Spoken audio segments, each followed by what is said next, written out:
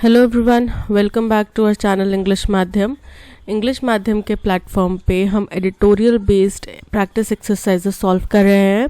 Start करते हैं आज का session with thought of the day, that is every day may not be good but there may be something good in each day. यानी कि ज़रूरी नहीं है कि हर दिन आपका बहुत अच्छा जाए, लेकिन कुछ ना कुछ अच्छा तो उस बुरे दिन में भी होगा ना। कुछ एक चीज़ तो आपने, अगर बुरा दिन गया है तो आपने ये ज़रूर सीख लिया होगा कि उसको इस तरीके से दोबारा कभी कोई दिन नहीं जीना है, ठीक है। तो कुछ ना कुछ अच्छा आपको हर नेगेटिविटी में मिलता है, उसी अच्छेपन को खोज कर आगे बढ़िए। नेगेटिव लोग, नेगेटिव विचारधारा, पुराने ख्याल, ये सब हर जगह मिलेगा, लेकिन आगे बढ़ने के लिए जो ज़रूरी है उनको पकड़ो, जो गैर ज़रूरी है उनको छोड़ दो। ओके, चलिए स्टार्ट करते हैं आज का session, that is reading comprehension and practice exercise for SSC CGL mains. Census collects population data that is crucial to planning and development। ठीक है, हमारा जो जनगणना होती है वो क्या होता है? वो यूजुअली लोगों का डेटा है, किसी भी देश के नागरिकों का डेटा कलेक्शन होता है, और जो कि किस काम आता है? आगे की प्लानिंग के लिए, फर्दर डेवलपमेंट में, इन चीज़ों में काम आता है। And the exercise is rarely devoid of political intent or consequences। पर ये जो जनगणना है ये भी ऐसा कभी ही होता है, बामुश्किल ही ऐसा कभी होता है। रेयरली मतलब बामुश्किल, डिवॉइड मतलब कि रहित। तो बामुश्किल ही ऐसा होता है कि ये जो एक्सरसाइज है, ये जो प्रक्रिया है, ये किसी भी पॉलिटिकल मंशा या फिर उसके जो कॉन्सिक्वेंस होंगे, फायदे नुकसान, नफा नुकसान क्या होने वाला है, इसके बिना हो। यानी कि ये देखो, बेसिक सी जनगणना है, इसमें भी पॉलिटिकल पार्टीज अपना कुछ ना कुछ भला, कुछ ना कुछ अपना नफा नुकसान उसमें भी ढूंढ लेते हैं। India has conducted the census every 10 years since 1881। बोल रहे हैं हिंदुस्तान ने हर 10 साल में अपना सेंसस, जनगणना जो है वो रखी है, की है। कब से? 1881 में पहली बार हुई थी। बट इन 2020, अब 2020 का जिक्र आ गया, मतलब कोविड-19, उस वजह से जनगणना नहीं हो पाई। But in 2020 the decennial exercise for the 2021 census has to be postpone due to कोविड-19 पेंडेमिक। तो ये 2021 की जो जनगणना था, डेसेनियल मतलब 10 सालों में होने वाला, 10 सालों के अंतराल में होने वाला ये जो प्रक्रिया है, ये 2021 के लिए स्थगित कर दी गई। ठीक है, क्यों स्थगित कर दी? क्योंकि उस टाइम पे कोविड-19 चल रहा था, जिसकी वजह से हम सब लोग अपने अपने घरों में बंद थे, और जो भी सरकारी कर्मचारी, पहले के बाद तो जाना आना मना था कहीं पे भी। दूसरी चीज़, उस समय पे जो सरकारी कर्मचारी जिनको इस जनगणना के काम में लगाया जाता है, उनको कोरोना ड्यूटीज़ भी निभानी थी, और अगर कोरोना ड्यूटीज़ नहीं भी निभानी होती तो भी हम लोग जा तो सकते नहीं थे, रिस्ट्रिक्शंस थे, तो इस वजह से नहीं कर पाए। रिस्ट्रिक्शंस मतलब रोक related to the pandemic have ceased and the state machinery is ready to start the exercise any time. यानी कि जो भी रोक है वो अब सीज कर दी गई है, यानी कि समाप्त हो गई है, और अब स्टेट की मशीनरी यानी कि सभी राज्य तंत्र है जो है, यानी कि अब इसमें कितना सारा काम होएगा, क्लर्क्स होंगे, टीचर्स होते हैं, और भी जो भी जिनको भी प्रतिनिधि बना के भेजा जाता है सरकार का कि वो वहां से डेटा कलेक्ट करके लाए, कि अब वो सब तैयार है इस प्रक्रिया के लिए, और किसी भी समय इसको स्टार्ट कर दिया जाए। But the BJP government at the centre continues to withhold political clearance. लेकिन सरकार, जो केंद्र सरकार है, यानी कि बीजेपी सरकार जो इस वक्त केंद्र में शासन कर रही है, उसने किन्हीं ना किन्हीं पॉलिटिकल कारणों से इसको अभी भी रोक कर रखा है, इसको अभी भी हरी झंडी नहीं मिली है, ठीक है, क्लियरेंस नहीं मिली है। On September 20, home minister Amit Shah told the Lok Sabha that the census will take place after 2024 general election. अब 20 सितंबर 2023 को हमारे गृह मंत्री जो है अमित शाह, उन्होंने लोकसभा में ये बयान दिया कि सेंसस जो है वो 2024 के जनरल इलेक्शन के बाद में करवाया जाएगा, कंडक्ट करवाया जाएगा। अब देखो, 2020 में होना था, 20 में नहीं हुआ, 21 में नहीं हुआ, 22 में नहीं हुआ, अब 23 में भी नहीं होगा, ठीक है स्टिल। और तब तक तो हो सकता है कि अगला, अगर 2024 के इलेक्शंस के बाद में भी होगा तो भी इमीडिएटली नहीं होगा, तब तक तो अगले जनगणना का टाइम मतलब और करीब आ जाएगा। That still avoids any clear mention of the date or year, allowing speculations about the government's intent। और इसमें अभी भी डेट और टाइम, कौन सी दिन होगा, कौन सी तारीख को से स्टार्ट होगा, कौन से साल में स्टार्ट होगा, इसके ऊपर अभी भी कोई क्लियर मेंशन नहीं है, जिससे कि इसके ऊपर और ज़्यादा सस्पिशन, स्पेकुलेशन, ठीक है, और सपोज करने वाला जो मामला है वो बन रहा है कि सरकार की इसमें मंशा क्या है, इसके ऊपर अब बहुत ज़्यादा अंदाजे लगाए जाने लग रहे हैं, ठीक है, कि हो सकता है सरकार ये करना चाह रही हो इसलिए ऐसा किया हो, इस तरीके के स्पेकुलेशंस लग रहे हैं।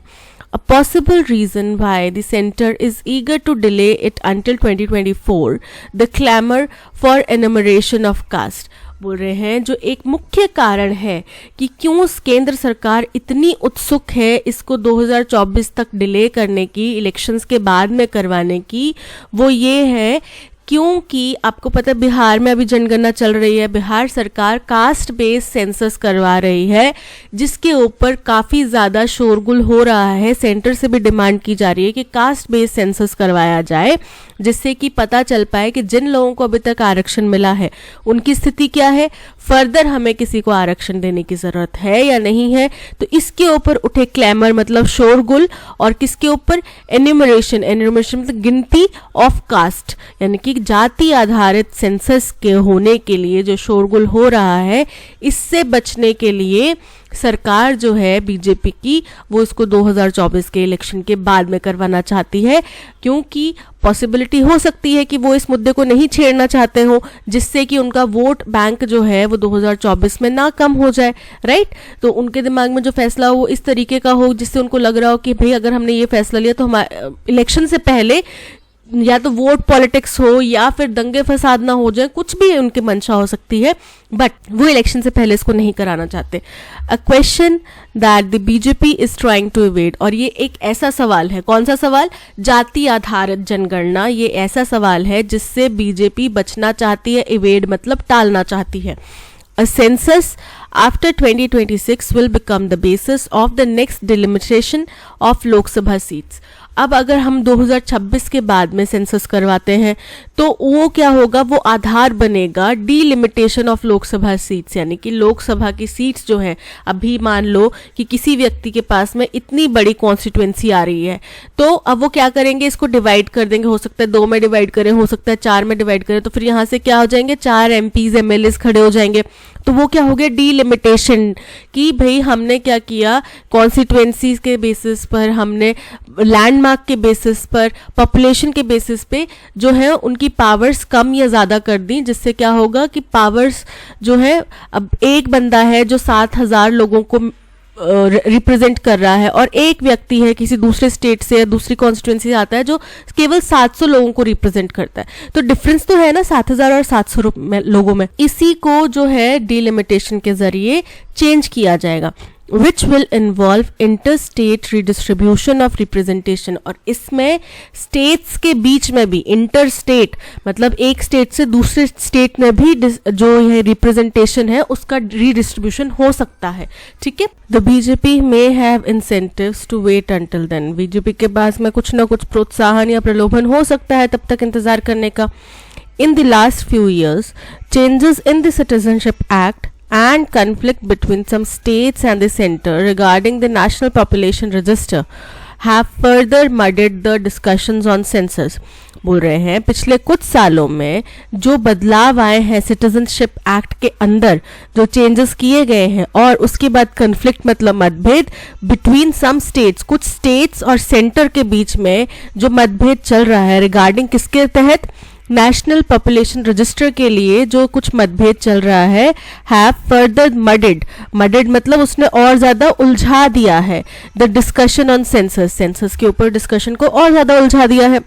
The proposed 33% reservation for women in parliament and assemblies is linked to the next census and delimitation।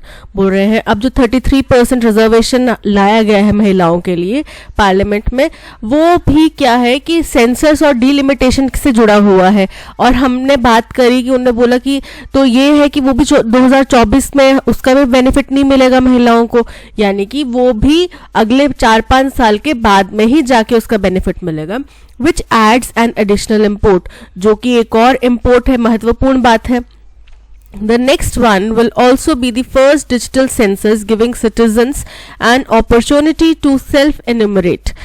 बोल रहे हैं अब जो इसके बाद, अभी वाले के बाद में, ये जो अभी जिसकी हम बात कर रहे हैं, ये चाहे 24 में हो चाहे 25 में, उसके बाद वाला जो होगा ना, नेक्स्ट वाला जो होगा सेंसस, वो कैसा होगा, वो डिजिटल सेंसस होगा, जिसके तहत सिटीजन खुद अपने आप को अंकित कर सकते हैं, गिन सकते हैं उनकी वेबसाइट पे जाके। आधार और mobile number will be mandatorily collected, तो इससे क्या होगा कि आधार और मोबाइल नंबर तो जरूरी कलेक्ट हो जाएगा। Around 30 lakh government officials, including school teachers, will be assigned as enumerators, and each will be assigned the responsibility to collect details of about 650 to 800 people through both online and offline modes। बोल रहे हैं कि लगभग 30 लाख सरकारी कर्मचारी, जिसमें कि teachers भी शामिल हैं, स्कूल टीचर्स भी शामिल हैं, उनको ये काम असाइन किया जाएगा, उनको ये काम सौंपा जाएगा। ठीक है, किस चीज का? वो एक एन्यूमरेटर का काम करेंगे, यानी कि गिनने वाले व्यक्ति का काम करेंगे। एंड और हर एक के पास में टारगेट होगा कि उनकी जिम्मेदारी है उनको 650 से 800 लोगों का ऑनलाइन और ऑफलाइन डेटा कलेक्ट करना है। ठीक है, जिसके तहत हम लोग अनुमानतन कितना, modes covering an estimated population of more than 140 crore, जिसके तहत हम लगभग 140 करोड़ से भी ज्यादा की आबादी का डेटा कलेक्ट करेंगे। ठीक है, ये अगले साल के टारगेट्स हैं, मतलब अगले सेंसस के टारगेट्स हैं। In normal course the completion of both the phases of the census takes at least 11 months। अब अगर नॉर्मल प्रावधान से चलें, जो भी तक चला आया है उसी प्रावधान के अनुरूप चलें अगर हम, तो नॉर्मली इस सेंसस, जो भी सेंसस होता है उसके 2 चरण होते हैं। दोनों चरणों को कंप्लीट होने में लगभग 11 महीने का समय लग जाता है। ठीक है, meanwhile the quality and mechanism of population level data collection are evolving fast. पूरे इसी दौरान क्या हो रहा है कि हमारा जो क्वालिटी, यानी कि डेटा कलेक्शन का जो आंकड़ा है, उसकी क्वालिटी जो है, और उसका जो मैकेनिज्म, यानी कि जो कार्य प्रणाली है पॉपुलेशन लेवल डेटा कलेक्शन की, वो इवॉल्व हो रही है, यानी कि विस्तृत हो रही है, चेंज हो रही है, विकसित हो रही है थैंक्स टू टेक्नोलॉजी। और ये किस वजह से? इसका सारा का सारा जिम्मा, दारोमदार किसके ऊपर जाता है? टेक्नोलॉजी के ऊपर। The registration of births and deaths amendment act 2023 that will come into effect on October 1 will help a centralized population register। अब एक और हमने अमेंडमेंट करा है, क्या है वो? The Registration of Births and Deaths Amendment Act 2023 बोला कि ये अक्टूबर 1 से लागू हो जाएगा। ठीक है, और इसके तहत भी हमें एक सेंट्रलाइज्ड, मतलब केंद्र में एक चैनल होगा, एक केंद्र होगा, उसके अंदर सारा का सारा डेटा स्टोर होगा, तो ऐसा पॉपुलेशन रजिस्टर बनाने में भी मदद मिलेगी। Electoral register, Aadhaar, ration card and passport and driving licence database, तो इससे क्या होगा? सेंट्रलाइज पॉपुलेशन रजिस्टर हो जाएगा। अब इलेक्टोरल रजिस्टर भी हमारा सेंट्रलाइज करने की बात करें, आधार रजिस्टर तो हमारा सेंट्रलाइज है ही, राशन कार्ड भी बाद में बात की जाएगी, हो सकता है इसके कनेक्शन के थ्रू वो भी सेंट्रलाइज हो जाए, पासपोर्ट तो सेंट्रलाइज होता ही है, और ड्राइविंग लाइसेंस भी सेंट्रलाइज हो जाएगा। तो मतलब सारा का सारा डेटा जो है वो एक ही जगह पे उसके पास ही एक्सेस होगा। अभी तो ऐसा है ना कि आपका जैसे राशन कार्ड है वो स्टेट गवर्नमेंट्स बनाती हैं। ठीक है, तो उससे क्या होगा कि भाई आपका राशन कार्ड का जो सारे डिटेल्स हैं वो किसके पास है? स्टेट गवर्नमेंट्स के पास है। बट अब सेंट्रल के पास में ही, एक सेंट्रल ऑर्गेनाइजेशन के पास में ही सारा का सारा डेटा आपका कलेक्ट रहेगा। The centrally stored data will be updated real time without human interface, leading to addition and deletion from electoral roll when an individual turns 18 and after death respectively। तो अब इससे क्या होगा कि सेंट्रलाइज स्टोर जो data होगा उसका फायदा क्या होगा कि वो रियल टाइम में अपडेट हो जाएगा। जैसे कि अब ये जो बर्थ और डेथ का रजिस्टर मान लो अमेंडमेंट करा, तो क्या हुआ कि कोई बच्चा पैदा हुआ, आज की डेट में कोई बच्चा पैदा हुआ, तो जब वो 18 साल का होगा, क्योंकि वो सेंट्रलाइज डेटा के अंदर है, तो ऑटोमेटिकली उसकी साल दर साल एज काउंट होगी। 18 साल का होते ही वो इलेक्टोरल वोटिंग कैटेगरी में, इलेक्टोरल रोल के अंदर, इलेक्टोरल रजिस्टर के अंदर दाखिल हो जाएगा, दर्ज हो जाएगा। और अगर कोई व्यक्ति है जिसकी आज की डेट में डेथ होती है तो उसका डेथ रजिस्ट्रेशन करवाना जरूरी है, करवाया जाएगा। जैसे ही डेथ रजिस्ट्रेशन, तो वो इलेक्टोरल डेटा से, आधार डेटा से, राशन डेटा से, पासपोर्ट से, उन सब चीजों से उसका डेटा हट जाएगा। ठीक है, तो ये जो है प्रोसेस वो बहुत ज्यादा इजी हो जाएगी और बिना किसी इंसान के हस्तक्षेप के हो जाएगी, ऑटोमेटिक चीजें होने लगेंगी। ठीक है, rather than trying to weaponise categorisation and counting of people, the government must take states and parties into confidence on all the issues around the census। बोल रहे हैं कि अब इसको जो ये कैटेगराइजेशन वाला जो मुद्दा है कि कैटेगरी बेसिस में जाति आधारित गणना हो, इसको और जनगणना को एक हथियार बनाने की बजाय सरकार को सभी स्टेट्स और पार्टीज को विश्वास में लेना चाहिए और इस इशू के ऊपर डील करना चाहिए कि उनको भी विश्वास में लिया जाए कि भाई देखो इसको करने से क्या फ़ायदा है, क्या नुकसान है, ये चीज़ें। अब बिना बात किए बस अपनी मर्जी थोप दोगे किसी के ऊपर, तो that is not the way to work. और इस तरीके से किसी भी सरकार को काम करना भी नहीं चाहिए। सरकार को क्या, किसी व्यक्ति को भी ऐसे काम नहीं करना चाहिए कि अपनी मर्जी दूसरे के ऊपर थोपे जाए। ठीक है, तो ये चीज़ नहीं होनी चाहिए, यहाँ पे ऐसा बोला जा रहा है। अब देखते हैं क्वेश्चन नंबर 1। क्वेश्चन नंबर 1 बोल रहा है what would be an appropriate title for the passage. Passage के लिए अप्रोप्रिएट टाइटल क्या होगा? A brief history of census in India. तो हमने उसके इतिहास के बारे में बात नहीं करा, उसमें पॉलिटिकल चेंजेस और पॉलिटिकल इंटरफेरेंस कितना होता है, उसकी वजह से वो कैसे काम करता है, इसके बारे में बात करी। The digital age of census, अभी उसकी डिजिटल एज आई नहीं है। The politics and challenges of census in India, option C correct है।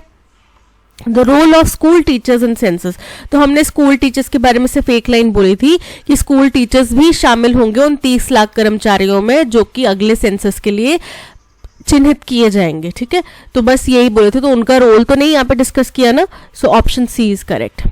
What is the main theme of the passage? Passage की मुख्य थीम हमारे political influence over our census, इसके ऊपर है। ठीक है, technological advancements in data collection, इसके बारे में कुछ बातें की गई बट पूरा पैसेज इसके ऊपर नहीं था। Census as a means of women empowerment, तो सेंसस के जरिए वुमेन एम्पावरमेंट नहीं है पॉसिबल, वो तो उसका अलग एक प्रावधान, एक कानून लाया गया जिसकी वजह से ये अब पॉसिबल होता दिख रहा है। Political influence on the census in India, option C is correct. What is the appropriate tone of the given below statement? अब नीचे एक स्टेटमेंट दी गई है, इसकी टोन हमें बतानी है।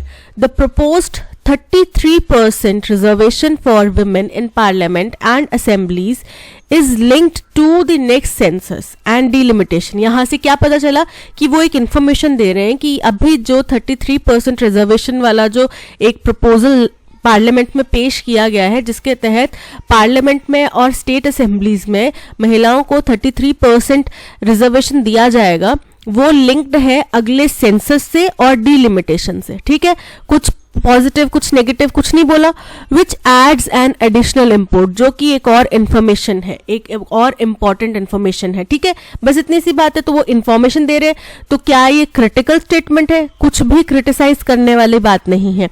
न्यूट्रल है, बिल्कुल न्यूट्रल है, कोई भी ऐसी बात नहीं है जो किसी के पक्ष या विपक्ष में बोली जाए। ऑप्टिमिस्टिक, पॉजिटिव भी कोई ऐसी बात नहीं दिख रही कि बहुत अच्छा फैसला है या बहुत शानदार फैसला है, ऐसा भी कुछ नहीं दिख रहा।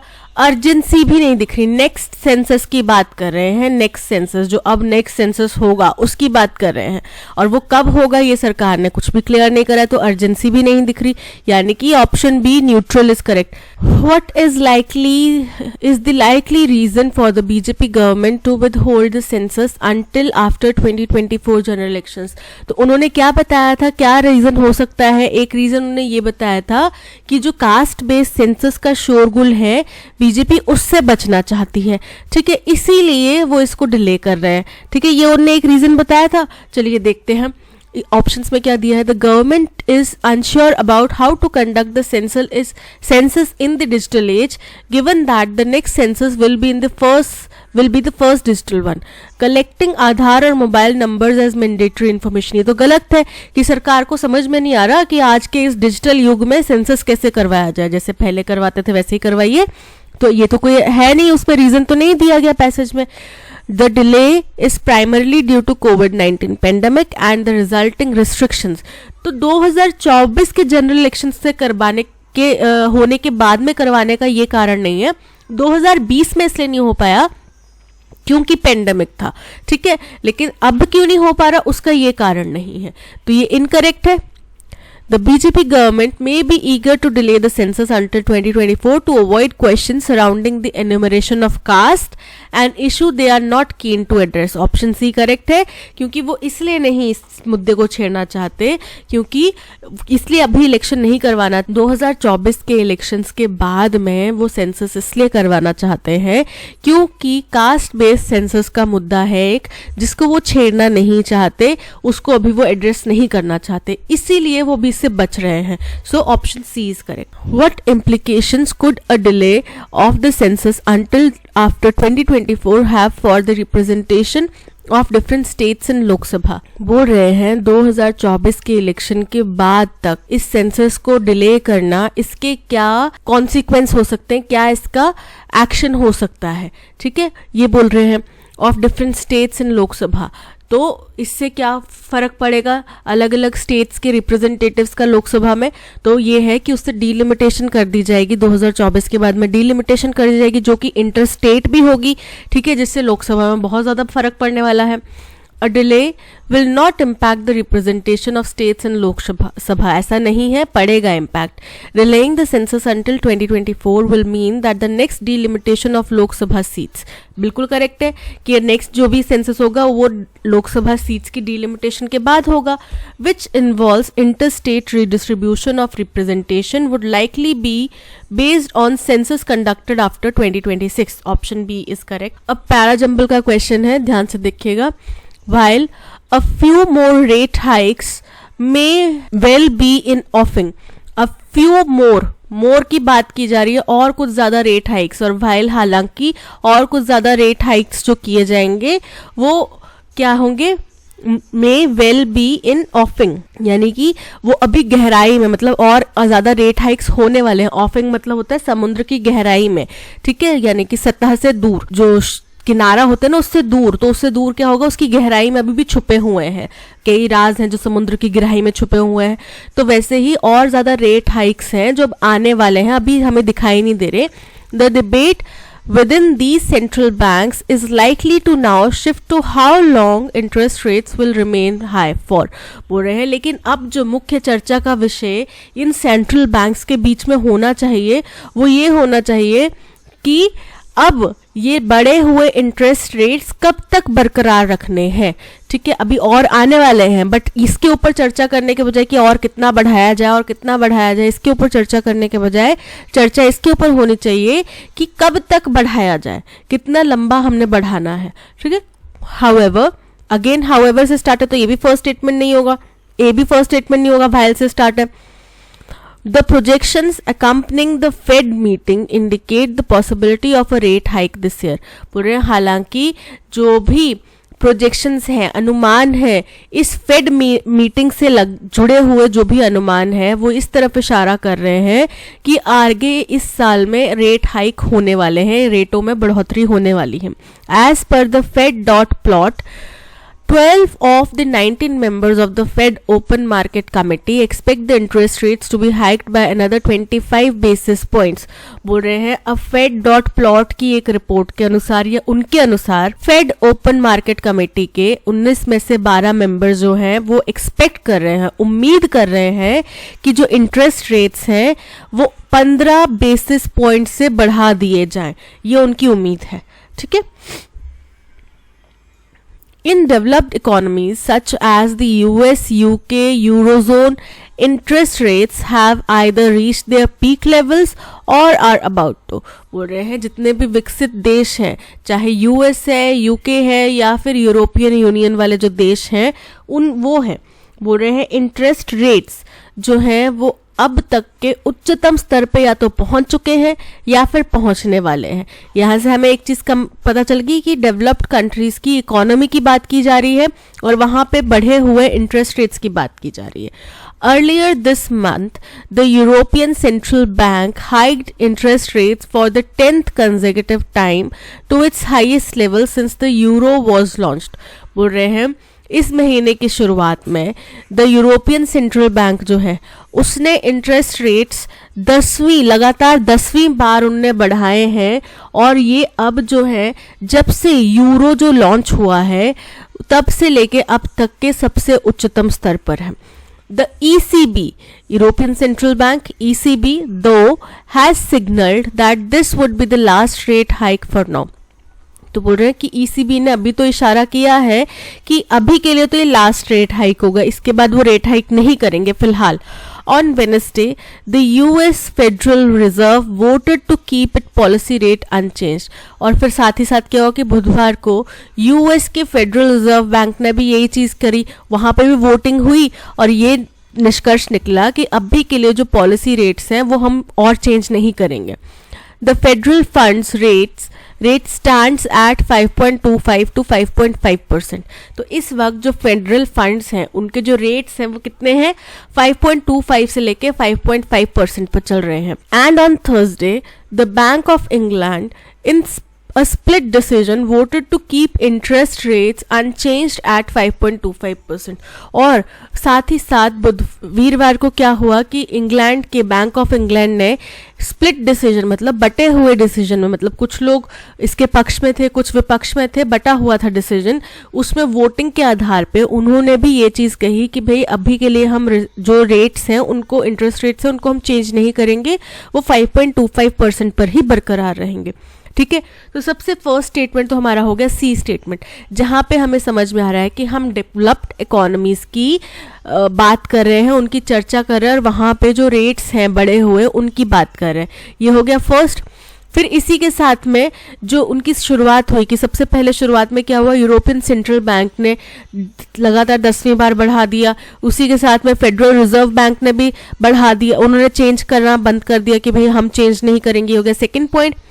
अब इसी फेड रिजर्व, देखो यहाँ पे यूएस फेडरल रिजर्व वोटेड यानी कि मीटिंग हुई, तो इसी मीटिंग का जिक्र यहाँ पे बी पॉइंट में किया जा रहा है कि however the projection accompanying the Fed meeting indicate the possibility of rate hike this year.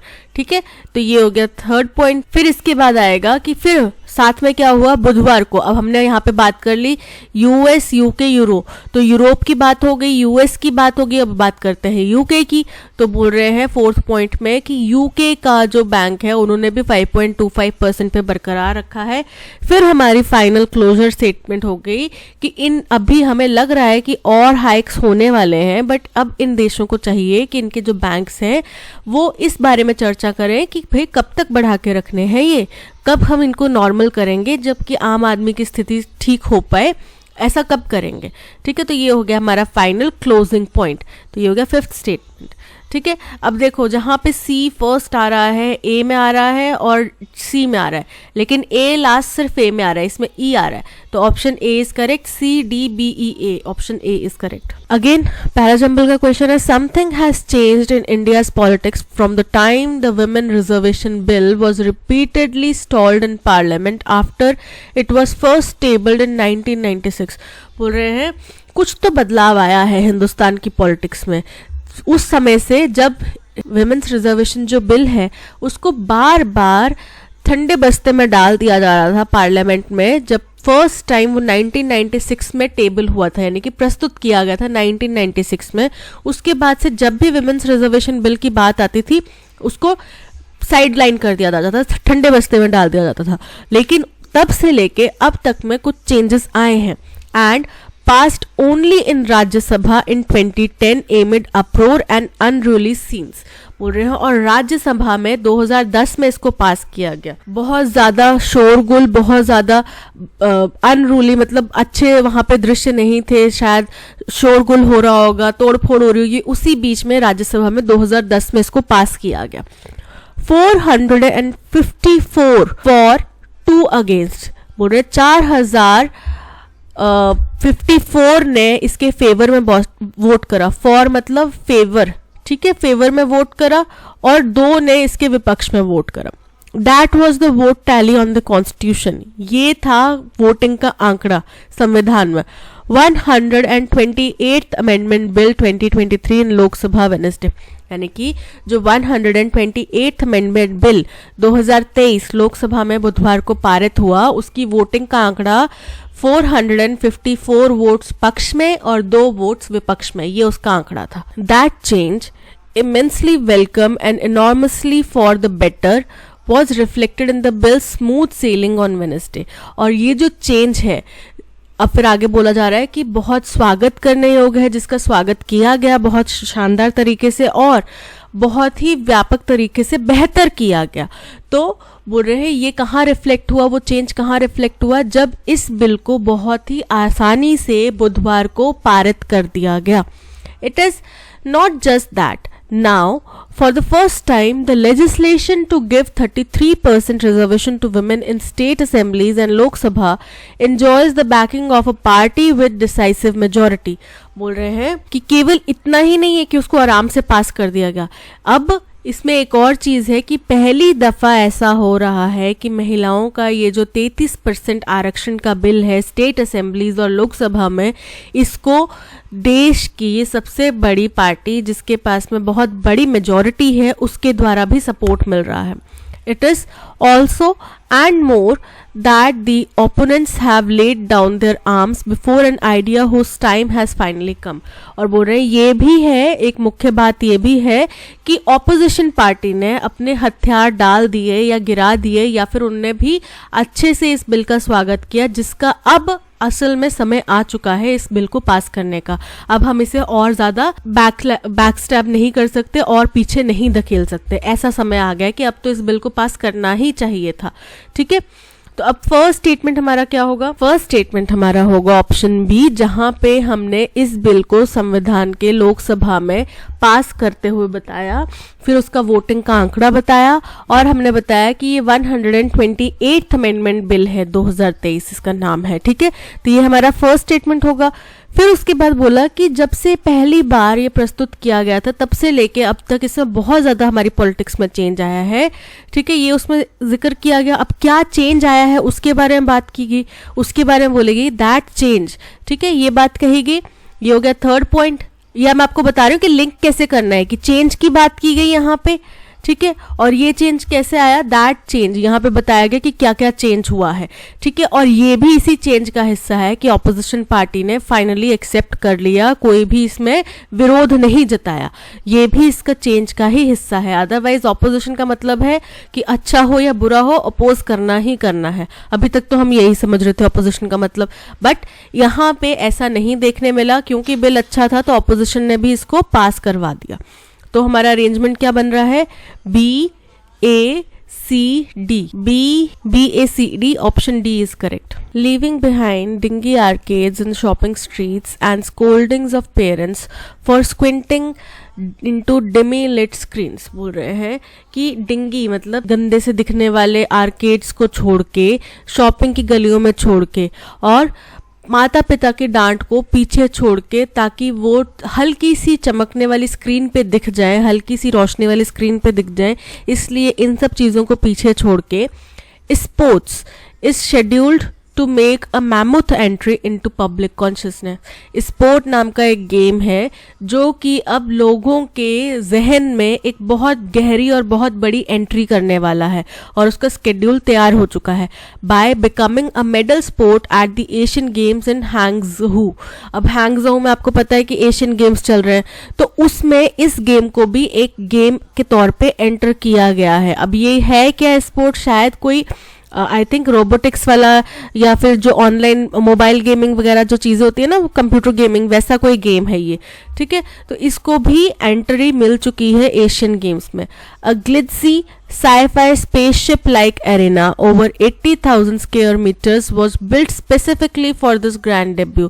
बोल रहे हैं एक बहुत ही चमत्कार sci-fi spaceship like arena बनाया गया था, यानी कि जो हम साइंटिफिक फिक्शन जिसको बोला जाता है उसमें स्पेसशिप का जो फीचर दिखते हैं कि स्पेसशिप ऐसा दिखता है, इस तरीके का दिखता है, तो वैसा ही उसका अरीना बनाया गया था, ऑडिटोरियम जो है वैसा बनाया गया था, जो कि 80,000 स्क्वायर मीटर्स की एरिया में बना था और वो खास तौर पे इसी गेम की डेब्यू एंट्री के लिए बनाया गया था।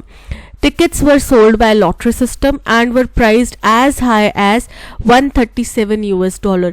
इसकी जो टिकट्स थी वो लॉटरी के जरिए बेची गई थी और हाईएस्ट जो मतलब बहुत ऊंचे दामों पर गई थी, जैसे कि जितना कि $137, higher than most other events, जो कि और बाकी कोई जितने भी इवेंट्स होते हैं उनसे बहुत ज़्यादा इसकी कीमत थी। 7 game titles including League of Legends, Dota A and Honor of Kings which belong to the multiplayer online battle arena game genre, and Street Fighter, which is MMA on screen, will test strategy, teamwork and the individual skill in of participants. बोल रहे हैं 7 games हैं इसके अंदर, जिसमें कि league of legend शामिल है, DOTA 2 शामिल है, ऑनर ऑफ किंग शामिल है, जो कि multiplayer category, multiplayer online game category को बिलोंग करते हैं। और उसके बाद अलावा स्ट्रीट फाइटर, जो कि MMA, आप मान लो कि आप MMA स्क्रीन के ऊपर खेल रहे हैं, वैसा एक जॉनर है, वो उस कैटेगरी को शामिल करते हैं। विल टेस्ट, अब ये सब गेम्स क्या है, क्या टेस्ट करेंगे, स्ट्रैटेजी, कि स्ट्रैटेजी कैसी है, टीम वर्क कैसा है, किसी भी इंडिविजुअल का, स्किल ऑफ पार्टिसिपेंट्स, यानी कि हर एक व्यक्ति, जितने भी वहां पे पार्टिसिपेंट्स हैं, उनकी सबकी स्किल्स क्या क्या है इन फील्ड में, स्ट्रैटेजी में, टीम वर्क में, वो चेक की जाएगी। ये तो अब फर्स्ट स्टेटमेंट तो आ गया A पॉइंट, जहां पे हमने पता चला गया कि माता पिता की डांट और सब चीजों को पीछे छोड़ के एक नया जो गेम है वो एशियन गेम्स का हिस्सा बनने जा रहा है, ठीक है, उसमें शामिल हो रहा है। तो ए हमारा फर्स्ट स्टेटमेंट होएगा। अब देखो ए कहाँ पर आ रहा है, बी में आ रहा है और सी में आ रहा है, ठीक है, तो यानी कि ए में डी आ रहा है, इनकरेक्ट है, और डी में बी आ रहा है, इनकरेक्ट है, इनको एलिमिनेट कर दो। इसके बाद में सेकंड पॉइंट क्या होगा कि भाई इसके बारे में बताया गया कि ये जो गेम है इसके लिए स्पेशल एक एरिना बनाया गया, स्पेसशिप के जैसा दिखने वाला एरिना बनाया गया, और ताकि इस गेम की डेब्यू हो सके, तो ये सेकंड पॉइंट होगा। थर्ड पॉइंट होगा कि जहां पे बताया गया कि इसकी टिकटें बहुत महंगी बेची गई लॉटरी के जरिए। और फोर्थ पॉइंट होगा जहां पे इस गेम के बारे में बताया गया कि इसमें कौन कौन से गेम शामिल किए गए हैं, तो डी पॉइंट फोर्थ होगा, यानी कि जिस पैटर्न में लिखा गया है वही पैटर्न ये चल रहा है, ABCD, option C is correct. A man in a maroon collar flannel shirt, अब फ्लैनल शर्ट होती हैं जो चेकदार शर्टें नहीं पहनते लड़के, कॉलेज गोइंग लड़के, ब्लैक और मल्टीपल कलर्स की चेक वाली शर्ट्स होती हैं।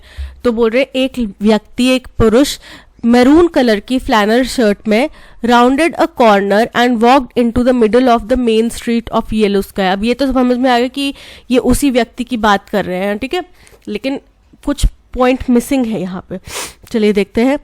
which had been purchased for purpose of decoration, बोल रहे हैं जो कि केवल डेकोरेशन के लिए खरीदी गई थी, and made principally by some Jewish women on the east side of New York, और जो कि खास तौर पे एक ज्यूइश महिला द्वारा, किसी ज्यूइश महिला द्वारा बनाई गई थी, और वो कहाँ रहती थी, न्यूयॉर्क के ईस्ट साइड में। तो ये किसकी बात कर रहे हैं, उस व्यक्ति की शर्ट की बात कर रहे हैं, फ्लैनल शर्ट की बात कर रहे हैं, व्यक्ति की बात नहीं कर रहे, शर्ट की बात कर रहे हैं। तो देखो फर्स्ट पॉइंट तो हो गया कि एक व्यक्ति जिसने फ्लैनल शर्ट पहनी थी, जो कि बेसिकली डेकोरेशन के लिए खरीदी गई थी, और जो कि बेसिकली एक ज्यूइश महिला द्वारा बनाई गई थी, ईस्ट साइड ऑफ न्यूयॉर्क में रहने वाली। तो ये हो गया सेकंड पॉइंट, और ये हो गया third point.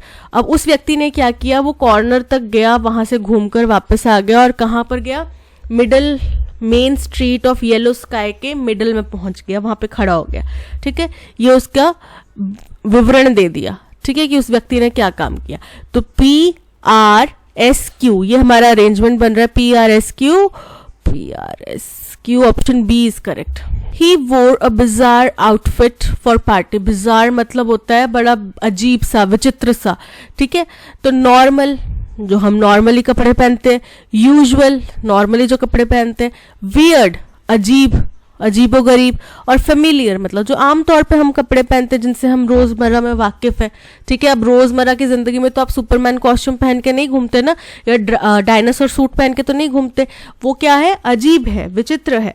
So weird, option C is correct. She detests capsicum so much that she would prefer going empty stomach, detest मतलब नापसंद करना, तो वो कैप्सिकम शिमला मिर्च को इतना नापसंद करती है कि वो खाली पेट भी जाना पसंद करेगी बजाय कि शिमला मिर्च खाने के, ठीक है। प्रॉम्प्ट्स, प्रॉम्प्ट्स का मतलब प्रॉम्प्ट का मतलब होता है प्रेरित करना, मार्वल्स का मतलब होता है अद्भुत, रिबेल्स मतलब विद्रोह करना, और लॉट्स, लॉट्स मतलब होता है कि नफरत करना, किसी को नापसंद करना, तो यहाँ पे नफरत की ही बात करी जा रही है, सो option D lots is correct. He was alone and knew the dangers ahead during his journey, but he tried to keep up his confidence. बोल रहे हैं वो अकेला था और उसको पता था कि आगे मेरे रास्ते में बहुत सारे खतरनाक डेंजरस चीज़ें हो सकती हैं, लेकिन फिर भी उसने अपना कॉन्फिडेंस बनाए रखने की कोशिश करी, ठीक है। तो अब इसके लिए हमें अप्रोप्रिएट ईडियम ढूंढना है, तो विसल्ड इन द डार्क का मतलब है आत्मविश्वास बनाए रखना, ठीक है, जो कि हमारा आंसर है। मेड अ स्टर्नर स्टफ, इसका मतलब होता है कि दूसरे लोगों से इमोशनली और मेंटली स्ट्रांग होना, ठीक है। स्टेप्ड अप हिज गेम, मतलब कि और ज्यादा अपनी परफॉर्मेंस बेहतर कर लेना। वुडंट बी कॉट डेड, यानी कि किसी भी परिस्थिति में वो काम करने के लिए आप तैयार नहीं है, कुछ करने के लिए आप तैयार नहीं है, चाहे जो भी परिस्थिति हो जाए, उसको बोला जाता है वुडंट बी कॉट डेड। तो यानी कि मर के भी मैं ये काम ना करूं, ऐसी चीज है, यानी कि कोई भी परिस्थिति आप वो काम नहीं करेंगे। सो ऑप्शन ए यहाँ पे करेक्ट है, whistled in the dark. Timid, timid का मतलब होता है डरपोक। अब इसका हमने सिनोनिम बताना है। मैजिकल, जादुई, तो जादुई है तो डरपोक तो नहीं होएगा। ऑनेस्ट, ईमानदार। फियरलेस, जो कि किसी से नहीं डरता। और नर्वस, नर्वस हो रहे हो अगर आप किसी चीज से लेकर, तो आप मतलब अंदर डर भी रहे हो, है ना। So option D nervous is correct. This route can not get more simplified, simplified का एंटोनिम, तो सिंप्लीफाइड का एंटोनिम क्या होगा, complicated than it already is, यानी कि ये रास्ता जितना अभी कॉम्प्लिकेटेड है इससे ज्यादा और कॉम्प्लिकेटेड पेचीदा नहीं हो सकता। सो यूनिफॉर्म मतलब एक सार, अब कोई चीज एक सार है, सीधा कोई रास्ता, तो आपको कॉम्प्लिकेटेड तो नहीं लगेगा। कन्वोल्यूटेड मतलब कि जटिल। होमोजीनस मतलब एक सार। और अनवेरिड अगेन एक सार जिसमें कोई परिवर्तन नहीं आ रहा। सो यहाँ पे option B convoluted is correct. A particular form of a language which is peculiar to a specific region और सोशल ग्रुप, यानी कि एक ऐसी प्रकार की भाषा जो कि पर्टिकुलरली किसी एक रीजन या सोशल ग्रुप के लिए ही होती है, उसी से जुड़ी हुई होती है। फर्स्ट है सिंगुलर, सिंगुलर मतलब कि एक्सेप्शनली गुड या ग्रेट। स्लैंग, स्लैंग यानी कि कुछ ऐसे शब्द होते हैं ना आजकल के में जो कि इनफॉर्मली आप किसी को गंदी चीजें बोल रहे हैं, गंदी बात कोई बोल रहे हैं, गंदा वर्ड कोई यूज कर रहे हैं, उसके लिए यूज किया जाता है स्लैंग वर्ड्स, ठीक है। डायलेक्ट, डायलेक्ट मतलब भाषा, उपभाषा जिसको बोला जाता है। और रेफरेंडम, रेफरेंडम मतलब एक रेफरेंडम लाया गया, यानी कि पूरे देश का एक मत डिसीजन लाया गया, ठीक है। सो उसको बोला जाता है रेफरेंडम। यहाँ पे option C dialect is correct, जो कि उपभाषा का मतलब है। Varun is handsome than his brother, तो हम कंपैरिजन कर रहे हैं, तो Varun is more handsome than his brother. More handsome to नहीं होगा, more handsome than. Much handsome to नहीं होगा, मोस्ट हैंडसम दैन नहीं होगा, मोर हैंडसम टू नहीं होगा। Option C more handsome than is correct. The GDP of the country has growth rapidly since independence, बोल रहे हैं देश की जीडीपी जो है इंडिपेंडेंस से लेके काफी हद तक बढ़ चुकी है, बड़ी है। तो हैज ग्रोथ नहीं होगा, हैज ग्रोन रैपिडली, मतलब लगातार बढ़ी ही है। Has grown rapidly, option B is correct. The letter was written by author and mail to publisher, active voice में कन्वर्ट करा तो बाय जिसका होता है वो फर्स्ट आ जाता है, तो बाय द ऑथर, तो द ऑथर पहले आ जाएगा। द ऑथर, और लेटर लिखा गया था ना, पास्ट की बात है, तो the author wrote, was written की बजाय क्या हो जाएगा, रोट। और क्या लिखा था उन्होंने, द लेटर, वो यहाँ पर आ जाएगा घूम के। तो the author wrote the letter and mailed to the publisher. The letter was written and mailed to the publisher by author, incorrect है। The author wrote the letter and mailed it to the publisher, option B is correct. Proposal, proposal मतलब होता है किसी चीज को प्रस्ताव करना, तो इसका सिनोनिम बताना है। फिलिंग मतलब भरावट, कोई चीज भरना। स्कीम, स्कीम मतलब योजना। रिफ्यूजल मतलब अस्वीकार करना। एडिशन मतलब जोड़ना। तो आप कोई योजना को भी प्रपोज करेंगे ना, so option B scheme is closest to proposal. The politician used a and mild and indirect word to describe controversial policy in order to soften the blow, यानी कि देखो कई बार ऐसा होता है कि हम किसी की निंदा कर रहे होते हैं बट हम एक डायरेक्ट हार्श वर्ड नहीं यूज करना चाहते, तो उस हार्श वर्ड से बचने के लिए हम कुछ ऐसा वर्ड यूज करते हैं जो कि मतलब भी समझा दे, या ऐसे ग्रुप ऑफ वर्ड्स यूज करते हैं जो मतलब भी समझा दे पर डायरेक्टली बहुत हार्श भी ना हो, ठीक है, बस उसका जो स्तर है वो कम हो जाए। जैसे कि हमने अगर बोलना है, जैसे कोई काम वाले हैं तो ये बोलने के बजाय कि उनने पैसे उठाए हैं गलती से कहीं आपके पास न चले गए हो, यानी कि वो वर्ड तो हमने मीनिंग तो कन्वे कर दिया कि हो सकता है उनके पास हो, मुझे शक है उनके ऊपर, बट हार्शली नहीं बोला कि आपने उठाए हैं, गलती से आपके पास चले गए होंगे, तो उसको क्या बोला जाता है, उसको बोला जाता है यूफेमिज्म, ठीक है, क्या बोला जाता है, यूफेमिज्म। तो यहाँ पे the politician used an euphemism, a नहीं होगा एन होगा, क्योंकि यू, ठीक है, साउंड, वॉवल साउंड। तो option C euphemism is correct. Oxymoron का मतलब विरोधाभासी अभिवादन। मेटाफर, मेटाफर होता है रूपक, यानी कि चांद को लड़की के तौर पे दिखाया जाता है कि तुम्हारा चेहरा चांद सा रोशन, तुम्हारा चेहरा, तो चेहरे पे थोड़ी चांद के जैसी रोशनी आती है, बट वो मेटाफर है, ठीक है। हाइपरबोल, हाइपरबोल मतलब अतिशयोक्ति, exaggerated statement or claims not meant to be taken literally. So option C euphemism is correct. India will host an international summit on Buddhism here on April 20 and 21. Hindustan में एक international summit on Buddhism होने वाला है 20 और 21 अप्रैल को, ऐसा बोला जा रहा है। विल है मतलब होने वाला है। Delegates from 30 countries will participate, 30 देशों से प्रतिनिधित्व आएंगे, प्रतिनिधि आएंगे। A notable exception China, China से नहीं आएंगे, एक्सेप्शन है वो। Tibetan spiritual leader the Dalai Lama is also unlikely to attend the 2-day conclave. अब ये 2 दिन का जो सम्मेलन होने वाला है, इसमें तिब्बतन जो हमारे बौद्ध धर्म गुरु हैं दलाई लामा, वो भी शामिल नहीं होंगे।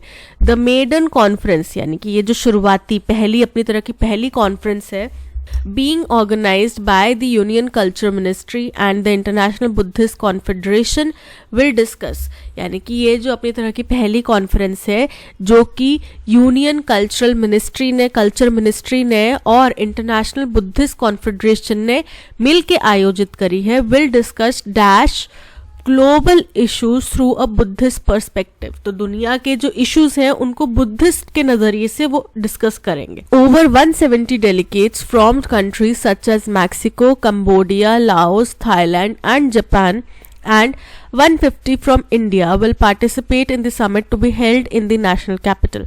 बोल रहे हैं 170 प्रतिनिधि आएंगे, कौन कौन से देशों से? मैक्सिको से, कंबोडिया से, लाओस से, थाईलैंड और जापान से, और 150 जो प्रतिनिधि हैं वो हिंदुस्तान से होंगे, समिट में भाग लेंगे जो। और कहाँ पे होगा समिट? नेशनल कैपिटल यानी कि दिल्ली में होगा। The delegates dash prominent scholars, monks, diplomats and members of Buddhist organizations across the globe। अब ये जो delegates हैं कौन कौन होंगे? ये prominent scholars होंगे, monks होंगे, diplomats होंगे, members होंगे Buddhist organization की, दुनिया भर की जितनी Buddhist organizations हैं वहाँ से members होंगे। The largest number of delegates are from Sri Lanka 20 and Vietnam 30। सबसे ज़्यादा संख्या में delegates कहाँ से आने वाले हैं? श्रीलंका से, वहाँ से 20 लोग आने वाले हैं, वियतनाम से 30 लोग आने वाले हैं। Abhijit Haldar, director general of the international Buddhist Confederation, Abhijit Haldar जो कि क्या है? डायरेक्टर जनरल हैं इंटरनेशनल बुद्धिस्ट कॉन्फेडरेशन के, said that while no delegate had been confirmed from China, there would be 2 participants from Taiwan। उन्होंने बोला कि हालांकि चाइना से अभी तक कोई भी डेलीगेट कंफर्म नहीं हुआ है, लेकिन ताइवान से 2 पार्टिसिपेंट्स आएंगे, 2 लोग ताइवान से आएंगे, ये उनने इंफॉर्मेशन दी। The invitations sent to various Buddhist institutions and not to governments. तो सेंट मतलब पास की बात है, तो वर सेंट होंगे। वर क्यों होंगे? क्योंकि इन्विटेशंस हैं, तो सन्स है मतलब प्लूरल है तो प्लूरल होएगा, तो were sent to Buddhist institutions, यानी कि इन्विटेशंस हैं वो किसी भी देश की सरकार को नहीं भेजे गए थे। यानी कि मैक्सिको से अगर डेलीगेट्स आ रहे तो मैक्सिको की सरकार को नहीं भेजे गए थे, वहाँ के जो बुद्धिस्ट इंस्टीट्यूशंस हैं, गवर्नमेंट से हटके जो संस्थान हैं उनको भेजे गए थे। ठीक है, मिस्टर हालदर एडेड, उन्होंने बताया ये चीज़, तो अगर चाइना से नहीं आ रहे हैं तो हमने चाइना सरकार को नहीं भेजे हैं, वहाँ के ऑर्गेनाइजेशंस को भेजे हैं। अगर वो नहीं आना चाहते तो वो उनकी मर्जी है। ठीक है। He also mention that Dalai Lama dash not attend the event due to health issues. तो वो शायद इसलिए नहीं अटेंड करेंगे क्योंकि उनकी सेहत खराब है। ठीक है, सेहत खराब होने की वजह से वो शायद ना कर पाए अटेंड। तो फर्स्ट है delegates from 30 countries will participate, a notable exception being China. कौन है नोटेबल एक्सेप्शन? चाइना है। The maiden conference being organised by union culture ministry and the international Buddhist confederation will discuss. Classical मतलब जो पुराने classical पुराने मुद्दे जो हैं उनके बारे में डिस्कस करेंगे। कंटेम्प्रेरी मतलब आज के जो मुद्दे हैं उनके बारे में डिस्कस करेंगे।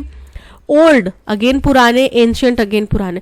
तो भाई देखो, आज के ग्लोबल इश्यूज की बात करने का ही फायदा है ना, पुराने इश्यूज की बात करके क्या फायदा है घिसा पिटा राग अलापने का।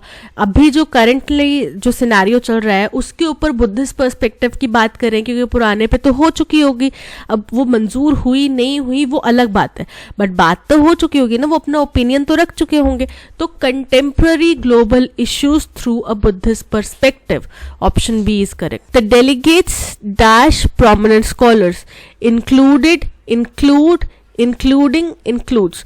तो डेलीगेट्स क्या होंगे? इंक्लूड, मतलब इसमें कौन कौन शामिल है? प्रोमिनेंट स्कॉलर्स शामिल है, मंक्स शामिल है, डिप्लोमैट शामिल है। क्योंकि डेलीगेट्स प्लूरल है तो फिर क्या आएगा? Include, option B is correct. ठीक है। The invitations dash had sent, were sent, has sent, was sent। तो ये क्या है? सिंगुलर है, हमें चाहिए plural, option B were sent to various Buddhist institutions and not to governments।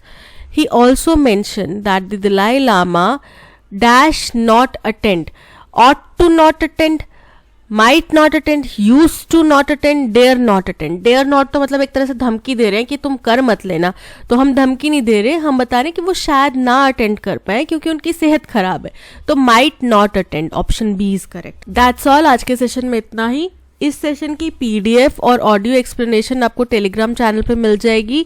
PDF पढ़ना इसलिए इम्पॉर्टेंट है, पहले आप पीडीएफ पढ़िए क्योंकि सारी की सारी वोकैब जो है उसमें दी गई है।